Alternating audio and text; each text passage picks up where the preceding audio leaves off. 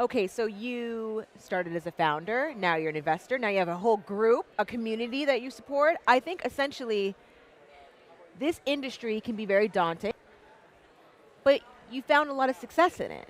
So, how did you get here and what is the motivating factor? I think the biggest motivating factor for me in creating the 51 with my co-founders, there's Yeah. three of us, was a statistic that 65% of the wealth in Canada will be in the hands of women by 2030. And Ooh. so when we did our research before launching our fund, we were like, what? And women aren't writing checks. And women aren't involved in their finances, and women aren't, embracing all things financial. So we were like, this needs a solution. And so we launched the 51 explicitly targeting women to write checks into venture. The capital allocation is done by our team. We're all women. And we're investing in women-led, co-led companies. So we're trying to change the whole capital system, where the capital comes from, who makes the capital decisions, and who we're investing in. But it was really that statistic that I was just like, okay, what are women going to do with their wealth? Yeah. So, yeah.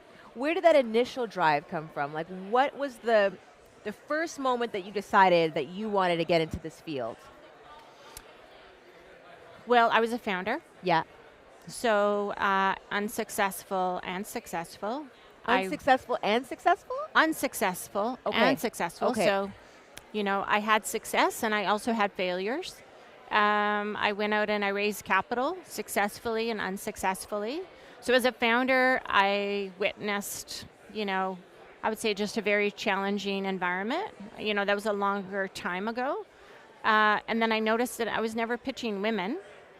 So there were never any women investors in the room, and there certainly weren't any women founders in the room. So the 51 was, kind of created on that experience. Yeah. Yeah. Yeah. Why do you think women are shy about investing? Because we see the statistics, and we know how women are. They're obviously brilliant. So what do you think holds them back in investing? I think we've just been taught we don't talk about money. Yeah. So I think it starts just with that, right? Just creating environments for women to talk about money, to talk about how much money they're making, to talk about where they're investing or not investing. We just have to make talking about money normal for women. Yeah. We know that when our male counterparts are getting together, they're talking about money. They sure do. They are. So why can't we talk about money? So I think it starts with that. Yeah. There's other things that we can talk about too, but I still think, you hear from women that they will try to do that with their group of friends, and it's still really awkward, right? Yeah. So I think we have to get past that. What have been some of the milestones for you at 51? Things that you're just so excited about? So we got launched in 2019 in March, so we're just over 5 years old. We initially got started as a community, 75 women in my kitchen. Wow. We put a founder in the room and said, pitch us, and we invested. But fast forward, across 3 funds, we've activated 60 million.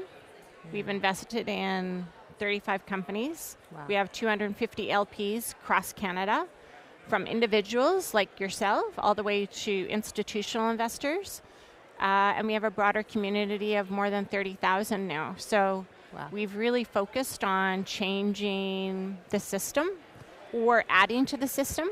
Yeah. And driving that systemic change. So, and it's really at the heart of it, I think, community has been the driver of that, right? We're creating a space for women to convene and to participate, whether they are ready to be an investor or not. Thank you. What have been some of the challenges, you would say? And just not only just the challenges at 51 and getting it to become successful, but also the vision for it, even 5, 10, 15 years from now. I know we want to get more women and have more impact, but what else is there as a dream? As a vision? Yeah, like as a vision, because obviously, like we look at the market currently, we know the numbers. There's Yeah. not enough women Yeah. in the system. We obviously want to see more, but like, what else are we imagining? Like, what? Yeah. Because I can only when I look at you, I see someone who has a vision Yep. and is a visionary. Yep. And to go from a founder to an investor, and then now have this amazing community, you obviously know how to project and see ahead. So, Yep. what would you like to see happen in the next 5 or 10 years? Yeah. I'd love to see new financial institutions Yeah. emerge Yeah. that are built for women. Yeah. And so, we are just in one asset class called venture, but I think ultimately, could we create a financial platform of many asset classes? And again, continue that explicit invitation for women to participate and contribute. So, so that'd be kind of the broader, opportunity and Yeah. vision is, and it doesn't have to be us, it could be somebody else, or it could be us in partnership with, a financial institution. But I think we've created this space for women to activate. Yeah. And when we talk to women, when they're interfacing with a traditional financial institution, they're not getting that engagement. So I think there's a real gap there. Awesome. Well, Yeah. thank you so much for Yeah. your time. It was Yeah. great speaking to Yeah, you. great to meet you too.